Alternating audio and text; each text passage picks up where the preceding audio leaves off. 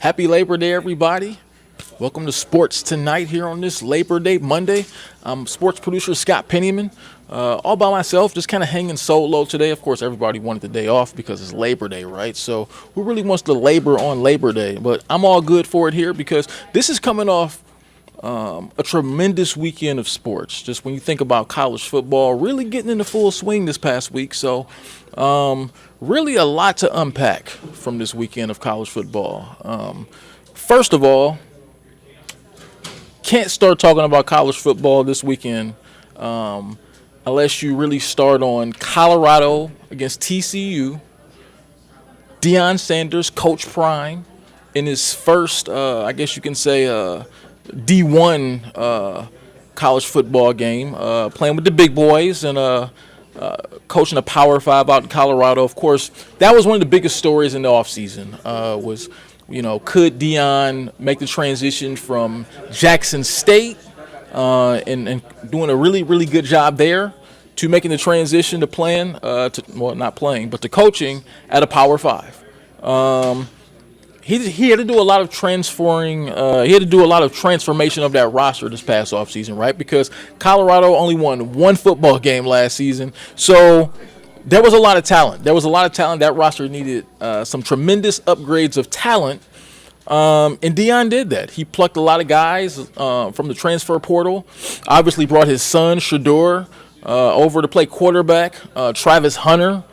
Who was a former 5-star from right here in the Atlanta area, brought him with him across the country to Colorado, and boy, did those guys make a tremendous impact in that first game. I mean, just when you think about it, when you think of the kind of athlete that Travis Hunter was, right? 5-star talent from right here in the Atlanta area, and he played 110 snaps in the game, both sides of the ball. Starting at wide receiver, had 11 catches for about, 109 yards, 119 yards, I think. Big game for Travis Hunter on the offensive side of the ball. And then on defense, really played lockdown corner, came up with one of the biggest defensive plays in that game. Big interception, stopped the TCU drive. I mean, when you think about, just the dynamic of Travis Hunter, really – to me, that was a really good selling point. To me, that was probably the selling point when you think about Travis, who really kind of shocked the recruiting world when he decided to go to Jackson State and go be with Deion Sanders. Then a year later, goes with him to Colorado. It's very easy to see what that selling point was. It was pretty much, look, follow me to Colorado, and I'll make you the next Deion Sanders. And that's kind of what, when you think about Travis Hunter and his skill set and his ability, he's really looking like he can be the next Deion Sanders. When you look at his ability to play lockdown corner. Now, look, I'm not saying that he's going to be as good as Deion Sanders. We don't know. Only time will tell. But when you look at his skill set, when you look at what he can do on the football field on both sides of the ball, I mean, to be able to make 11 catches, I mean, he was Colorado's go-to receiver in that 45-42 win. And then turning the attention to Shedeur Sanders. He was another guy who was a 4-star prospect coming out of high school. I don't know why there were doubts about could he make the transition to playing at a Power 5, because here's a guy who was a very highly rated prospect coming out of high school. He goes to Jackson State only to play for his dad. He had the ability to play anywhere. He got offers from Alabama. He had offers from all kind of schools around the country. He chose to go to Jackson State because he wanted to play for his dad. So now he transfers with his dad to Colorado and has one of the most prolific passing days in Colorado football history, 510 yards passing. Just from that game alone, when you look at his ability to be able to have poise in the pocket, his ability to deliver very accurate passes from the pocket, outside the pocket, move around the pocket, how could you not have watched that game and thought Shedeur Sanders right now is probably a top 5 prospect at quarterback in this year's NFL draft? And probably the ability to move up. We'll see. We'll see how the season goes. I mean, obviously, he's not going to throw for 510 yards every single week. That would be a little bit kind of too much to ask. But, man, just in 1 week alone, when you look at what Coach Prime was able to do, and all that, just getting those different kind of players and everything like that, and all that, to beat the national runner-up last year. I mean, TCU was playing for a national championship last season. Now, sure, they obviously lost some guys from that roster, but you can see the kind of magnitude of the kind of team that Deion was up against in week one, and his guys found a way to pull it out. And I guess they've already done well because they've already matched their win total last season. So, yeah, I mean, when you look at kind of what this team could be this season, look, I don't know how many games they're going to win, but when you look at sort of their potential, the potential of a lot of the guys who were on that roster, it seems like there's endless possibilities. I mean, even look at Dylan Edwards in the backfield. He was a freshman. I guess he first committed to Notre Dame, changed his mind, went to go play for Coach Prime in Colorado. The man scored 4 touchdowns in his very first college football game. I mean, there's just so many things to unpack, but a tremendous effort. You know, look, I don't know how many games they're going to win this year, like I said, but a tremendous start, a very improbable start for a coach and a team that was probably counted out by many to start the college football season. And just to have them play as well as they did in the opening game was nothing short of spectacular. I mean, Shedeur Sanders, I mean, just watching him, I watched him in that game, and I'm thinking, wow, look at his poise in that pocket. I mean, 38 for 47, 510 yards, and 4 touchdown passes. I mean, I think you're going to be hard-pressed to find a better quarterback, period, in the country than Shedeur right now. I mean, obviously you got Caleb Williams at USC. I mean, you know, Michael Penix Jr. out at Washington. Yeah, I mean, there's some really quality quarterbacks. Drake May at North Carolina. There's some really quality quarterbacks, but let me tell you, if Shedeur, if this is any sample of what this season is going to be like, he's going to be right there with the rest of those guys. So, big win for Colorado, week 1.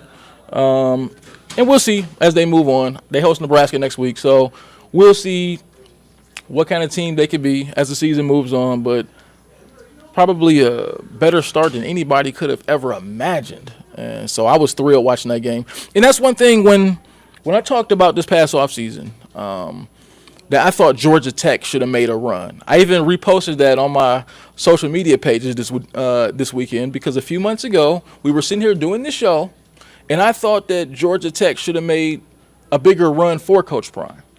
And that's part of the reason, not just because it wasn't just because I thought they would necessarily be a juggernaut of a football team, but college football is so much about the kind of players that you could recruit.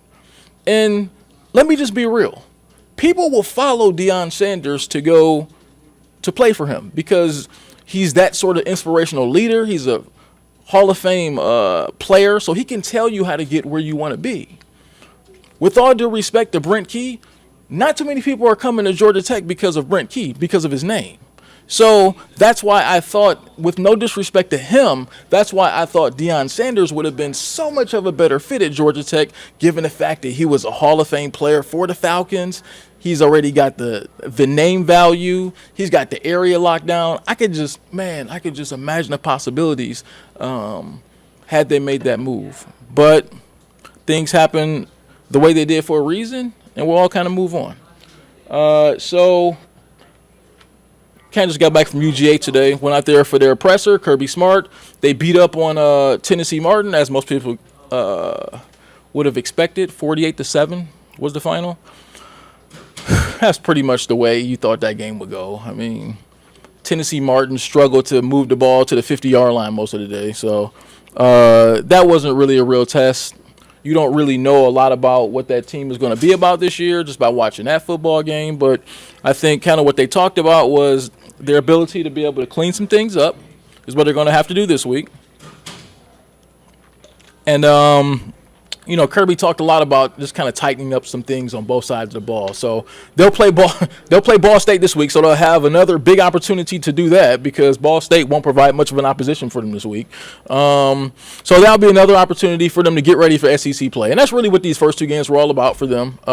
Obviously, Carson Beck getting his feet wet as a starter of the team. He did a really nice job in this past week's game. Maybe started a little bit slow, but then kind of got on track and had a really good game. So, yeah, I mean, I think this week was all about them getting their feet wet on this season and really just getting prepared for SEC play. Because let's be real, they won't probably face a team that will be able to really compete against them. I guess South Carolina could be competitive against them, but they probably won't play a game that they can actually lose until they play Auburn. I mean, that's probably the first game on their roster that you go, if they come out there sluggish, they could maybe lose this game because there's not really a game before that. They could probably play their C-plus game and probably still get past most of these opponents.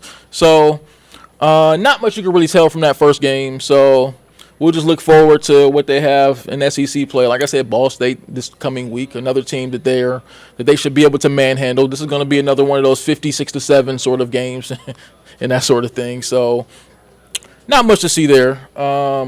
But when you look around the SEC as a whole, a lot of SEC teams struggled this past week. 3 of them lost. South Carolina lost to North Carolina.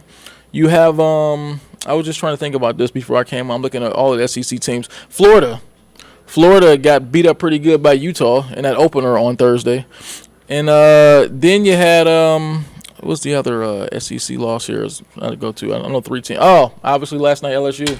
LSU got drugged pretty good by for the second year in a row by Florida State. They got beat 2 years in a row now by Florida State. So rough start for Brian Kelly again in LSU. There's going to be a lot of people who don't like Brian Kelly because, quite frankly, he's not that much of a likable guy. Who are going to call for his head after a loss like that. I'm pretty sure the LSU fan base isn't that impressed by Brian Kelly because, look, when you come in with that sort of expectation, when you come in with the sort of name that he came in with the sort of talk that he came in with from Notre Dame, taking him to a couple national championship playoffs. He took Notre Dame to the playoffs a couple times. They played a national championship game. That level of expectation was once he gets SEC level players, he's going to be able to take that team to new heights. And I guess you could say so far that hasn't really happened because he started slow back-to-back years with opening losses to Florida State. So I can understand if LSU fans are a little bit upset right now. Same thing with Florida. Florida's been kind of a disappointment there since Billy Napier came. They haven't played up to their level of capabilities. They've been struggling to hang on here in the SEC. You got to wonder how much longer Billy Napier's going to get at Florida, just because he seems to kind of be on shaky ground already. They aren't happy after they look just very lackluster performance against Utah in the opening game. So those are 2 coaches who already. And look, there's a lot of pressure in the SEC. When you play SEC football, there's a lot of pressure because you're being measured against Nick Saban. You're being measured against Kirby Smart. You're being measured against coaches who compete and win championships every single year. And those fan bases expect those teams to be able to compete for championships every single year. Because when you look at Florida, that's what Urban Meyer did when he was there. When you look at even LSU, they have a standard of winning. Just a few years ago, they won a national championship with Joe Burrow and Jamar Chase and those guys. So there's a very high standard for those schools, and you got to wonder how long they're going to stick it out with their current coaches if things continue to not go the way that they think they should go. So those are definitely some storylines to keep an eye on. Some other teams in the SEC really struggling to hang on. But last but not least, Week 1 of the NFL starts this week. NFL football is back. This is game week for a lot of different teams. The Thursday night game will be Detroit versus the Kansas City Chiefs. A lot of, I guess I would say, some of the more interesting storylines coming up this year. Really just things to keep an eye on. I think one of those is we're going to pretty much get a good feel of right off the bat when you look at Kansas City and their contract situation with Chris Jones.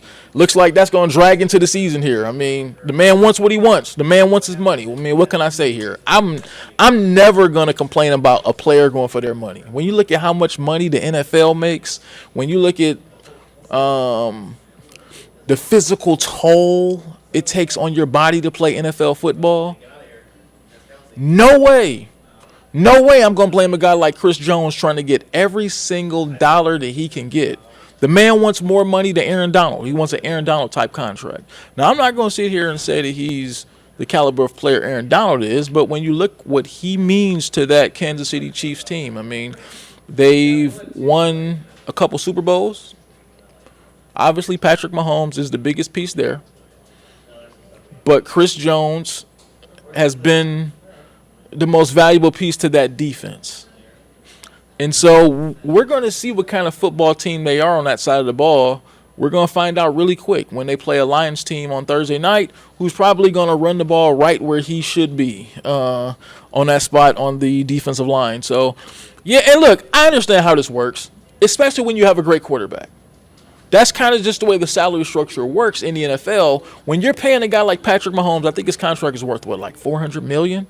So when you're paying a quarterback that kind of money, you've got to pick and choose who you pay with the rest of the roster, because the quarterback takes up so much of the salary cap that you have to really, really be it forces you to be really choosy about who you take care of on the rest of that roster. So we saw for years, I mean, even with the New England Patriots, even though Tom Brady wasn't making necessarily top dollar or as much as he could have gotten, he made a lot of money. So then the Patriots over those years had a lot of choices to make on who to keep, and they let a lot of good players go. When you think about even like in 2002 when they let Lawyer Malloy go, they had to let guys like Richard Seymour go. They had to let guys like Chandler Jones go. That's just the cost of doing business when you win every single year, when you're paying a quarterback a lot of money. And so those are some of the choices that the Kansas City Chiefs are at right now, because they've sort of taken over the New England Patriots as the dominant team, probably in pro football, but definitely in the AFC. They have choices to make, because if you're going to pay Patrick Mahomes the money that he's worth, and you have to pay Patrick Mahomes, he's the best player in the National Football League. So when you take care of him, it really leaves the rest of the roster. It really leaves you having tough choices to make with the rest of the roster. They've had to make them already. When you look at Tyrann Mathieu a few years ago, he's still playing pretty good ball. They had to let him walk. They had to let Tyreek Hill walk a few last year. So they've already had to make some tough choices. And it seems like they're about to have to make more tough choices with Chris Jones. But also, look, I'm almost always for the players in these situations, because there's a lot of money to be made from NFL football. This league makes billions per year. And for what they put their bodies and their minds through week after week, I say Chris Jones, go for every dollar, because there's a business aspect to this. Owners of NFL teams are going to always try to make every dollar that they can, whether it's advertisements, whether it's fan revenue, no matter what. Owners will always try to make every dollar they can. So why should players not think the same way? So if I'm a guy like Chris Jones or even Nick Bosa out in San Francisco, I say go for every dollar you can get, because owners are going to go for every dollar they can get. You as players need to have that same mentality, and you need to go for every dollar that you can get. So that's my piece on that. So really big sports week up ahead. That's kind of what's on my mind. Obviously, this is one of the great times of year right here when you think about sports, because you got college football going. You got baseball sort of heading towards their home stretch. The Braves playing great baseball. They're about to wrap things up here. And just all these sports kind of coming to a head really makes it for a really fun time of year. And the NFL is about to get started up. Falcons, they'll open. What an exciting opener they have. I mean, they have the Carolina Panthers coming to town, number 1 overall pick, Bryce Young. He'll be on the field front and center this Sunday. So, yeah, I mean, just a lot of really cool things to look forward to for this coming week. So, and we're just getting started. It's only Monday. We're going to have a lot to talk about here on Sports Tonight for the rest of this week. So just make sure that you listen to Sports Tonight, the Sports Tonight podcast. Just type in atlantanewsfirst.com/sports/tonight, and you can listen wherever you get your podcast at. So whether it's Apple, iTunes, no matter where, Spotify, download us, listen to us, because we're going to have a whole lot to talk about this week on Sports Tonight. I mean, you're pretty sure to get some very